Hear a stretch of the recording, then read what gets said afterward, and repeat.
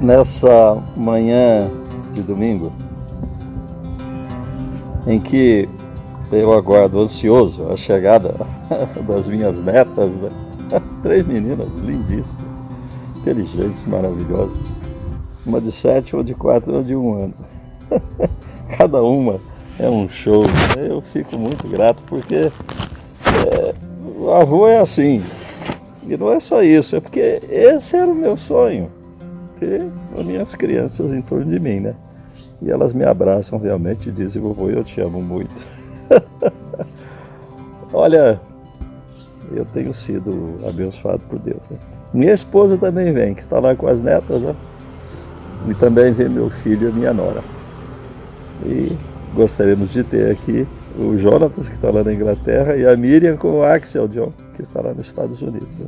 Deus os abençoe, porque o Senhor cuida dos nossos. Então a reunião da família é um bem tão grande que eu, como pai e avô, não tenho como expressar. Só vai entender quem também está numa situação semelhante, né? E é um grande preço a pagar para chegar nesse ponto. Eu estou muito feliz agora. Eu limpei como pude a casa.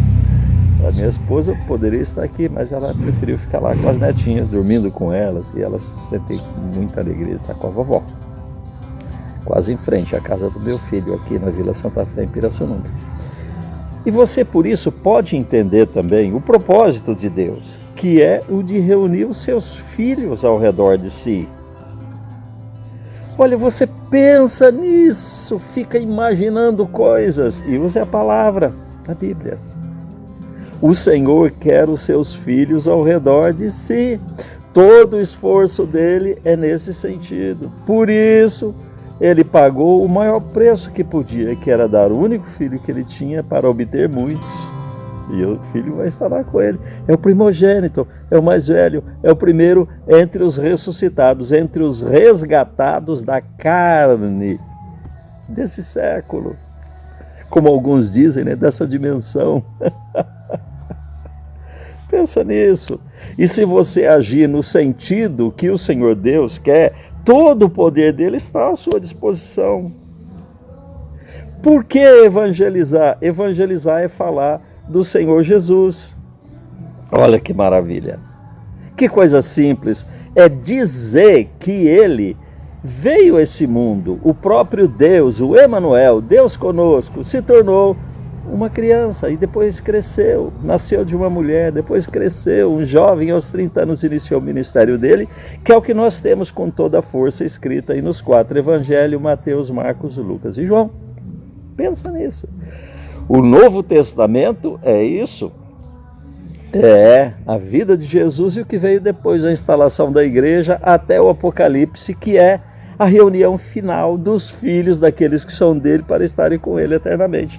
E o que nós chamamos de Velho Testamento é a história que prepara esse momento através de um povo que é o povo de Israel. Israel quer dizer aquele que luta com Deus, porque o Jacó estava numa situação de desespero e ele tinha um comportamento inadequado para um servo de Deus. Isso é comum, a pessoa é abençoada, é chamada, está fazendo uma boa obra, mas tem uns maus costumes que precisam ser removidos dela. Isso não a desclassifica de modo algum, porque o Senhor a escolheu.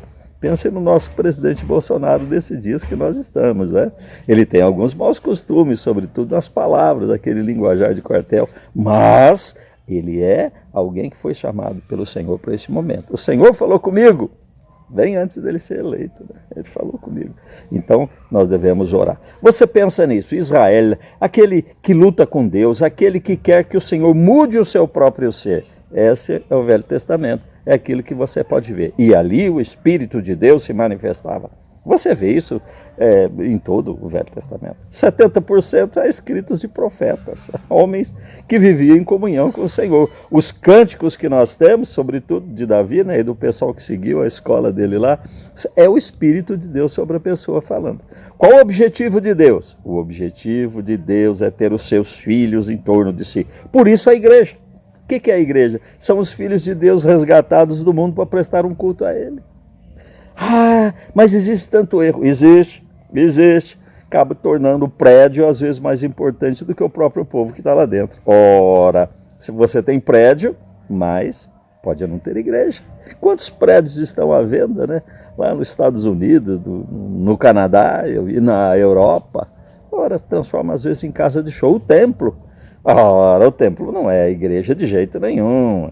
O Salomão, no dia da inauguração do templo, quis vincular o compromisso de Deus ao templo. Eu quero que o dia que alguém orar, esteja onde estiver, voltado para esse templo, o Senhor ouça, perdoa os pecados. Ele fez aquela oração linda ali de 2 Crônicas, capítulo 7, né? E aí o Senhor responde com um versículo que até hoje que nós gravamos, né? Se o meu povo, que se chama pelo meu nome, veja o se arrepender, se voltar para mim, confessar os seus pecados, eu perdoarei. Se. A questão da vontade nossa é muito importante.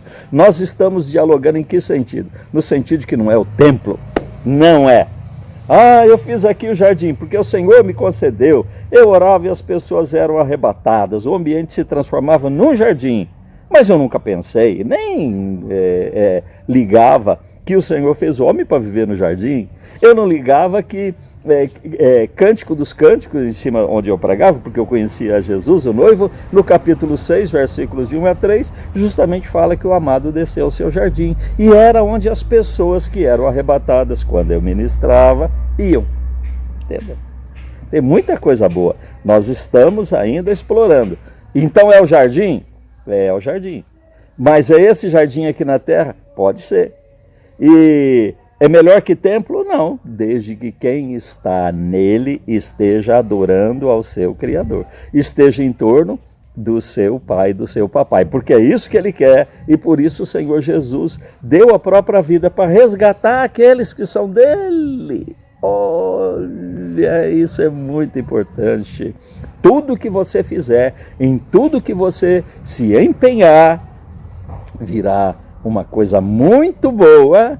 A bênção, o poder de Deus, a inspiração, a capacitação, a alegria no seu coração, a alegria de viver, de fazer parte desse projeto, se o projeto que o Senhor colocou no seu coração, porque é dele, não é seu, é dele, for esse projeto que visa reunir os filhos em torno de si. Prega o evangelho para quê? Porque as pessoas saibam que houve o sacrifício do Senhor Jesus e por meio desse sacrifício entra na presença dele.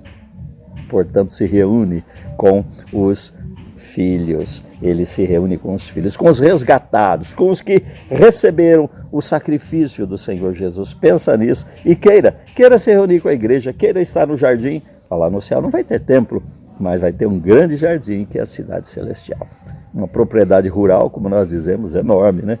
Mas onde não estaremos assim tão preocupados com a produtividade. Eu nunca ouvi dizer, né? Não tem nem na palavra e nem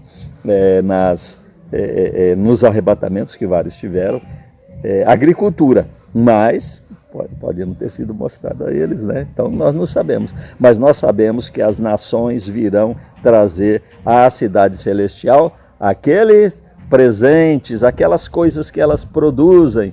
Eu creio que ele está se referindo ali muito mesmo ao Salomão, que recebia assim de outras nações os seus bens. Houve, portanto, um intercâmbio comercial muito grande, foi um sucesso, porque aquele homem era um abençoado de Deus, um administrador. Você pensa nisso? Então, eu estou lhes dizendo que o importante é trabalhar para que aquele objetivo maior do Pai, ele não é avô, né?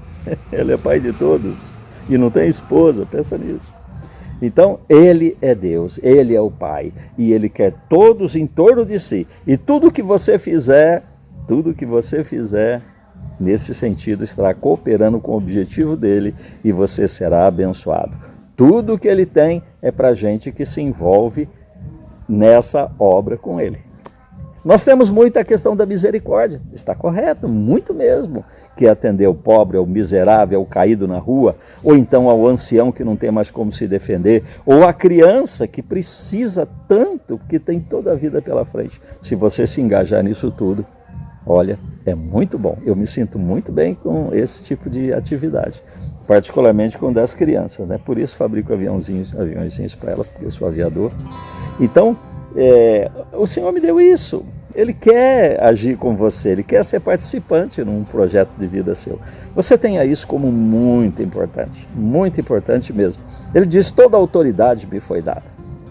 Ide, portanto, e fazei discípulos, batizando-os em nome do Pai, do Filho e do Espírito Santo, né? E ensinando-os a guardar todas as coisas que eu vos tenho dito. Eis que estou convosco todos os dias, até a consumação dos séculos, até aquele dia em que nós seremos levados para estar com Ele num enorme jardim, né? Então, ele diz: eis que estou convosco. A partir desse dia, ou de quando nós morrermos, saímos desse corpo, nós estaremos com Ele e Ele conosco, né? É bonita a experiência do pastor João Carlos Marques, que esteve morto, né, durante um tempo, e sendo levado ao céu, viu os servos de Deus lá reunidos, conversando. É algo maravilhoso tem para você.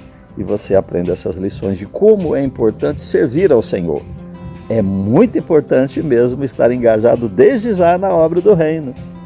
Pensa nisso. No dia a dia você está trabalhando, mas voltado para Ele. Então aquilo que você faz, seja numa empresa, seja trabalhando na rua, dirigindo, voando, pilotando um avião, como eu fiz por tanto tempo, não, vai estar sintonizado com o interesse dele e você estará sendo participante da obra do reino de Deus. O objetivo do Pai, pensa nisso, é ter os seus filhos em torno de si. E quando você individualmente para e diz: papai, eu reservei esse tempo para o Senhor porque creio no Senhor Jesus, no sacrifício dele, que me possibilita estar diante de ti apesar dos meus pecados. Então quando você diz, ele se alegra muito. Ele está com as mãos cheias de presentes para dar. Aí você pede, ele vai ter o maior prazer em ouvir o seu pedido e vai lhe conceder. Desenvolva essa amizade com seu pai, com seu papai. E vai ser muito bom mesmo. O Senhor te abençoa. Em nome de Jesus. Glória a Deus.